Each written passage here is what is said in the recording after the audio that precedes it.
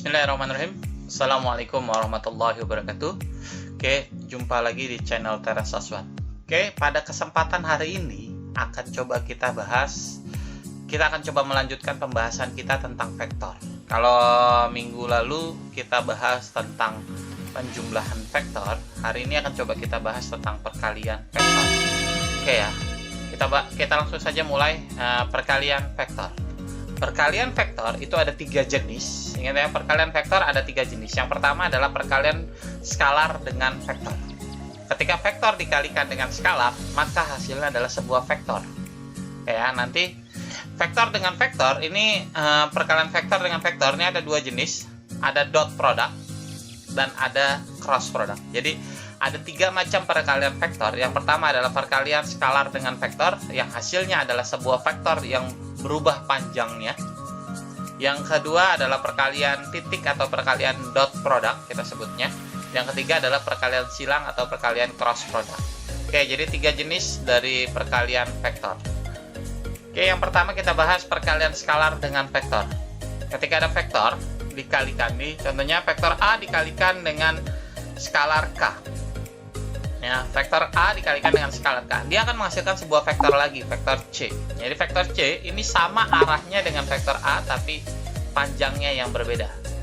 Nah, jadi K itu adalah skalar, A itu adalah vektor, maka hasilnya C pun adalah sebuah vektor yang merupakan hasil perkalian antara K dengan A. Jadi tinggal kita kalikan saja. K akan positif. Nah, K positif berarti C akan searah dengan A. K negatif, C akan berlawanan arah dengan K. Jadi kalau dikali negatif, misalkan dikali min 2, maka arahnya berlawanan ya. Awalnya misalkan A-nya ke kanan, maka vektor C-nya berarti ke kiri. Seperti itu. Jadi arahnya selalu berlawanan ketika K-nya negatif. Oke, nah contoh ini. K-nya 3, ini A, arahnya ke kanan. Kalau kita kalikan 3 kali A, maka arahnya pun tetap sama ke kanan dengan panjang 3 satuan. Oke, sekarang yang kedua adalah perkalian vektor dengan vektor. Yang pertama adalah perkalian dot atau perkalian titik, hasilnya adalah sebuah skalar. Ya, perkalian titik itu hasilnya adalah sebuah skalar. Nah, ditulis A dot B, A titik B sama dengan C.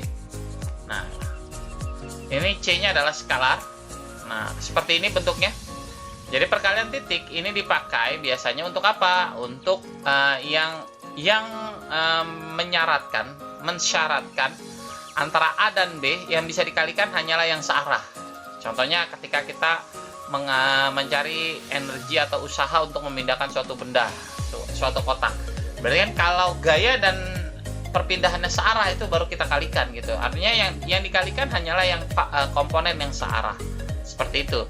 Jadi kalau tidak ada searah, kita harus menggunakan cos. Nah, jadi ini komponen seperti ini. Jadi yang menggunakan dot contohnya apa? Energi. W sama dengan F dot S. F-nya adalah vektor, S-nya adalah perpindahan. Dia menggunakan dot. Jadi W di situ atau energi itu adalah sebuah skalar. Oke, seperti ini ya contohnya. Contohnya ada sebuah kotak. Nih, sebuah kotak didorong dengan vektor gaya 3 plus 8J sehingga mengalami perpindahan panjang sejauh 2I min J plus 5K. Maka usahanya ini kan adalah pakai titik F dot S. Maka langsung kita kalikan saja 8 plus 3J dot 2I min J plus 5K. Ini kalau kita kalikan I dikali dengan I yang searah. Ingat ya, searah. I dikali I, J dikali J, K dikali K kalau ada. Nah, berarti I kali I 3 kali 2, 8 kali min 1 ditambah 0 dikali 5. Kenapa 0? Karena K-nya di sini F tidak ada unsur K. Maka jadinya min 6 dikurang 8 atau jadinya min 2. Seperti itu ya perkalian dot. Jadi perkalian dot itu mengisyaratkan bahwa hasilnya harus yang bisa dikalikan hanyalah yang searah. Nah, sifatnya ya, sifat dari perkalian dot itu yang pertama.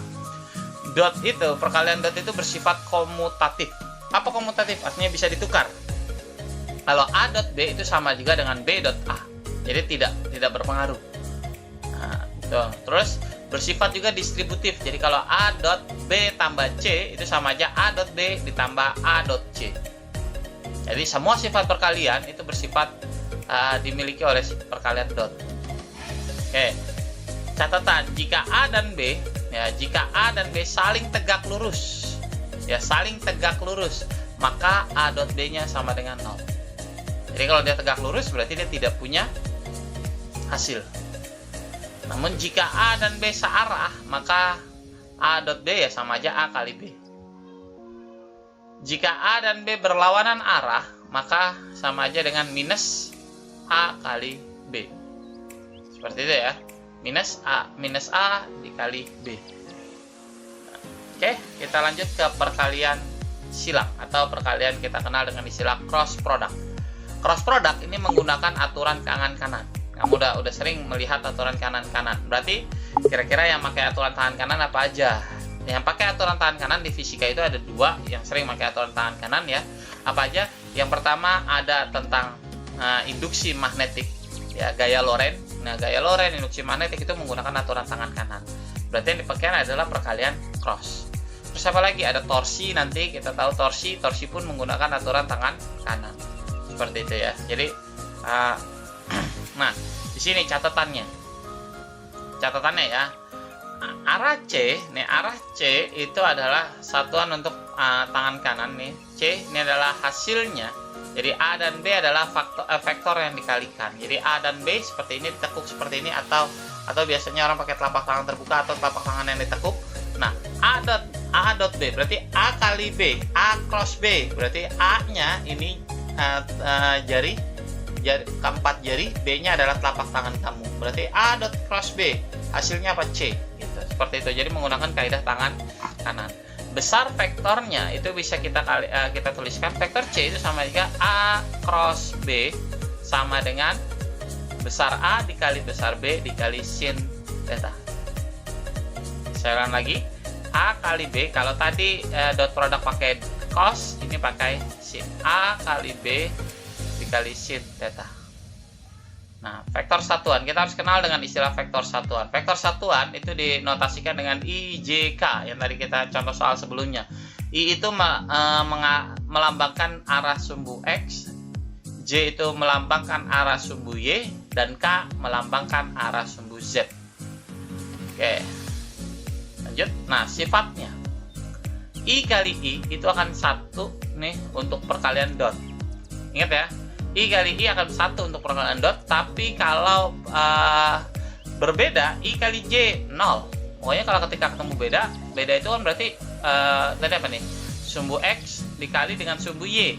J itu kan sumbu Y. Nah, dia tegak lurus. Kalau tegak lurus pasti hasilnya 0. Makanya perkalian dot dia hanya bisa yang sejenis seperti yang tadi. I kali I, J kali J, K kali K. Nah, kalau perkalian cross, nih perkalian cross yang pakai tanda silang. Nah, ini I kali I justru yang 0. Ya, I kali I itu 0, J kali J 0, K kali K 0. Nah, I kali J itu jadi K. J kali K itu I. K kali I itu J. Nah, jadi saling bertukar. Contoh soal. Nah, di sini biar lebih mudah menghitungnya kita menggunakan matriks. Ya, paling gampang menggunakan matriks. Nah, di sini adalah sebuah batang kayu didorong dengan gaya 2I min 3J pada titik berjarak I plus 2J dari titik poros batang. Jika untuk mencari torsi dihasilkan dari gaya tersebut adalah torsi itu sama dengan F cross L, maka besar torsi yang bekerja pada batang tersebut adalah F cross L itu sama aja F-nya tadi vektor E 2 min J min 3J plus 0K. Kenapa? Karena K-nya nggak ada, makanya kita tulis plus 0K. Nah, dan ininya I plus 2J plus 0K. Kenapa? Karena nggak ada juga kan. Maka kita tinggal susun pakai matriks IJK. F-nya dulu 2 min 3 0 1 2 0. Tambahin sebelumnya untuk mencari determinan kan menambahkan 2 baris sebelumnya. Kita tambahkan, di situ kita kalikan secara miring kali gini.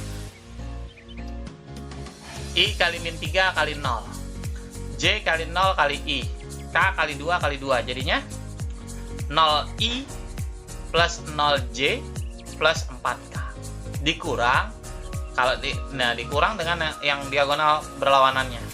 J kali 2 kali 0, I kali 0 kali 2, K kali min 3 kali min 1. Artinya 0J plus 0I min 3K. Maka hasilnya didapatkan adalah K. Ini kan 0 semua, tinggal 4K min. Harusnya jawabannya 7K. Tipe ya, 7K. Seperti itu ya, ini jawabannya harusnya 7K. Oke, sampai sini dulu itu kita sudah tahu perbedaan antara cross product dan cross product. Ini adalah materi terakhir di vektor. Nanti ada satu video lagi kita akan bahas kita akan kupas tuntas soal-soal di bab vektor. Setelah itu kita akan ada ulangan harian yang ketiga. Oke, sampai sini dulu pertemuan kita pembahasan tentang perkalian vektor. Sampai jumpa lagi di video berikutnya. Dari saya cukup sekian. Assalamualaikum warahmatullahi wabarakatuh.